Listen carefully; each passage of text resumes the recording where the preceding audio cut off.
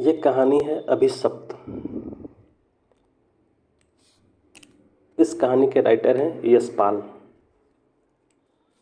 थोड़ा सा परीक्षा के दृष्टिकोण से देखते हैं। One liner. यशपाल का जन्म कब हुआ?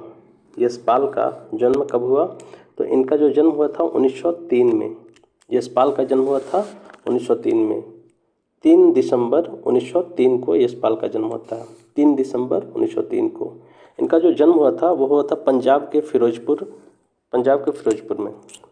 यशपाल का जन्म कहाँ हुआ था? पंजाब के फिरोजपुर छावनी में। नेक्स्ट है, यशपाल ने प्रारंभिक शिक्षा कहाँ से ग्रहण की? यशपाल ने प्रारंभिक शिक्षा कहाँ से ग्रहण की? तो ये कांगड़ा से ग्रहण की। कांगड़ा हिमाचल प्रदेश में है। नेक्स्ट है, यशपाल ने बीए की शिक्षा कहाँ से ग्रहण की? यशपाल ने बीए की शिक्षा कहाँ से ग्रहण की? तो ये लाहौर के नेशनल कॉलेज से। लाहौर के नेशनल कॉलेज से। नेक्स्ट है, लाहौर में यशपाल का परिचय किससे हुआ?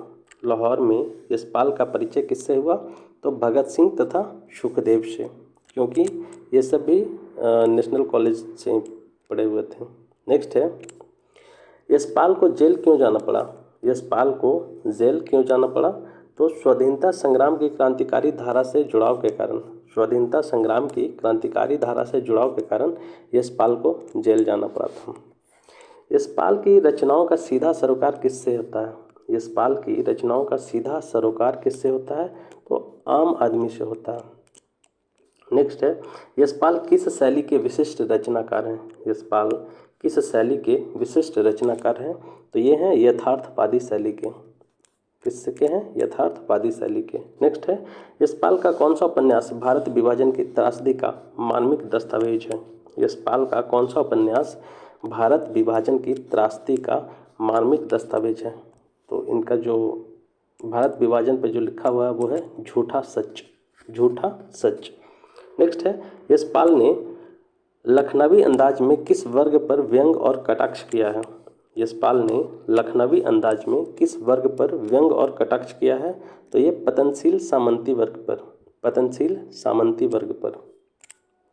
नेक्स्ट है,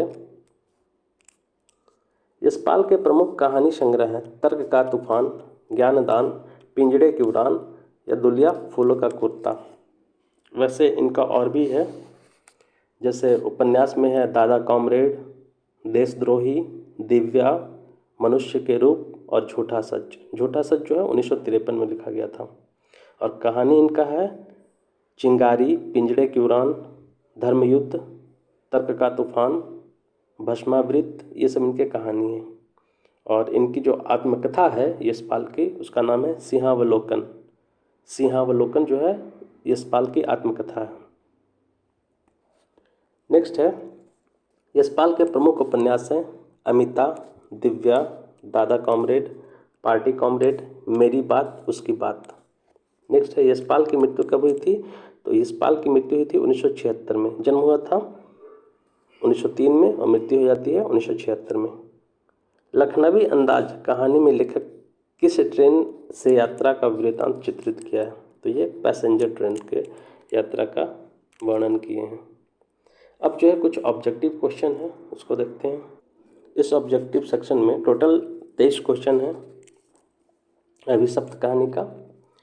पहला क्वेश्चन है, यशपाल का जन्म कब हुआ?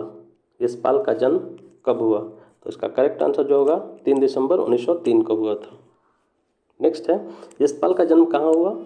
यशपाल का जन्म कहाँ हुआ? तो पंजाब के फिरोजपुर छावनी में हुआ था। नेक्स्ट है, यशपाल ने प्रारंभिक शिक्षा कहाँ ग्रहण की? यशपाल ने प्रारंभिक शिक्षा कहाँ ग्रहण की?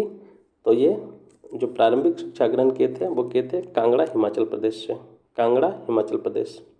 नेक्स्ट है, यशपाल ने बीए की शिक्षा कहाँ से ग्रहण की? यशपाल ने बीए की शिक्षा कहाँ से ग्रहण की? तो ये किए थे लाहौर नेशनल कॉलेज।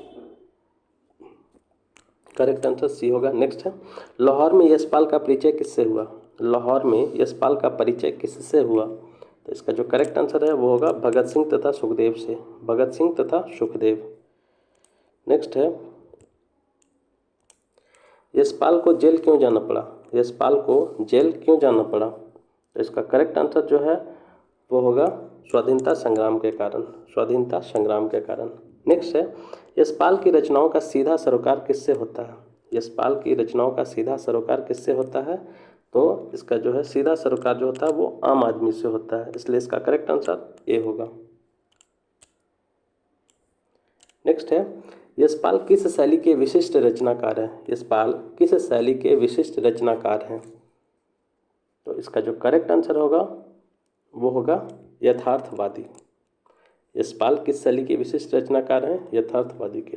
नेक्स्ट है, यशपाल का कौन सा उपन्यास भारत विभाजन की त्रासदी का मार्मिक दस्तावेज है? यशपाल का कौन सा उपन्यास भारत विभाजन की त्रासदी का मार्मिक दस्तावेज है? तो इसका जो करेक्ट आंसर है वो होगा बी, झूठा सच, 1953 में लिखा गया था। नेक्स्ट है, यशपाल ने लखनवी अंदाज में किस वर्ग पर व्यंग और कटाक्ष किया है? यशपाल ने लखनवी अंदाज में किस वर्ग पर व्यंग और कटाक्ष किया है? तो इसका करेक्ट आंसर होगा वो होगा सामंती वर्ग, सामंती वर्ग। नेक्स्ट है, यशपाल के प्रमुख कहानी संग्रह कौन से हैं? यशपाल के प्रमुख कहानी संग्रह कौन से हैं? तो इसका जो करेक्ट आंसर है वो होगा तर्क का तूफान, ज्ञानदान, पिंजरे की उड़ान, दो दुलिया, फूलों का कुत्ता, ये सभी होगा। करेक्ट आंसर होगा डी। अब नेक्स्ट है 12 नंबर क्वेश्चन, यशपाल के प्रमुख उपन्यास कौन से हैं? यशपाल के प्रमुख उपन्यास कौन से हैं? तो इसका जो करेक्ट आंसर होगा वो होगा मेरी बात उसकी बात, दादा comrade, party comrade, Amita, Divya, correct सभी होगा, इसलिए करेक्ट आंसर डी होगा। नेक्स्ट है, यशपाल की मृत्यु कब हुई? यशपाल की मृत्यु कब हुई? तो इनकी जो मृत्यु हुई थी वो हुआ था 1976 में। जन्म हुआ था 1903 में और मृत्यु हुआ 1976 में। नेक्स्ट है, किस पार्क के आसपास मेला या जलसा लगा रहता था? किस पार्क के आसपास मेला या जलसा लगा रहता था? तो इसका करेक्ट आंसर जो है वो होगा Aminuddaula park, Aminuddaula park. Next है, शुक्ला जी के कितने बच्चे थे? शुक्ला जी के कितने बच्चे थे? शुक्ला जी के कितने बच्चे थे? तो इनके 2 बच्चे थे। नेक्स्ट है, शुक्ला जी के बच्चों का नाम क्या था? शुक्ला जी के बच्चों का नाम क्या था? तो इसका जो करेक्ट आंसर है वो होगा लल्लू और सविता, लल्लू और सविता। नेक्स्ट है, अतिबाजी का मुकाबला किस स्थान पर होना था? अतिबाजी का मुकाबला किस स्थान पर होना था? तो इसका करेक्ट आंसर जो है वो होगा जालौन और फतेहपुर, मतलब फतेहपुर, जालौन और फतेहपुर। नेक्स्ट है, कुछ होगा ही लोगों के जेब के पैसे खींचने के लिए कुछ बहाना चाहिए, यह कथन है। कुछ होगा ही लोगों के जेब के पैसे खींचने के लिए कुछ बहाना चाहिए, यह कथन किसका है? तो इसका जो करेक्ट आंसर है वो होगा शुक्ला जी का। नेक्स्ट है, शुक्ला जी बैठे थे, कहाँ बैठे थे? शुक्ला जी जो है वो कुर्सी पर बैठे थे। नेक्स्ट है, ज्वाला का संबंध किस जाति से था? ज्वाला का संबंध किस जाति से था? इसका करेक्ट आंसर जो है वो होगा सी, अहीर से। ज्वाला का संबंध अहीर से था। नेक्स्ट है, ज्वाला जो जाति का अहीर था उसके कितने बच्चे थे? ज्वाला जो जाति का अहीर था उसके कितने बच्चे थे? तो इसका करेक्ट आंसर होगा वो होगा 2। नेक्स्ट है, रुपये का कितना शेयर मिलता था? रुपये का कितना शेयर मिलता था? तो इसका करेक्ट आंसर होगा 12 से 14 शेयर, 12-14 शेयर। नेक्स्ट है, निम्नलिखित में से किसने कहा कि देखिए ना इन लोगों के बच्चे इतनी कम उम्र में भी कैसे पक्के होते हैं? निम्नलिखित में से किसने कहा कि देखिए ना इन लोगों के बच्चे इतनी कम उम्र में भी कैसे पक्के होते हैं? तो इसका जो करेक्ट आंसर है वो होगा शुक्ला जी। और इस प्रकार से टोटल 23 क्वेश्चन थे इसमें और ये समाप्त होता है। और JSSC झारखंड का जो हिंदी साहित्य का सिलेबस है उसके लास्ट कहानी नेक्स्ट वीडियो में आएगा। उसके बाद कहानी खत्म हो जाएगा, उसके बाद फिर नाटक और उपन्यास चलेगा।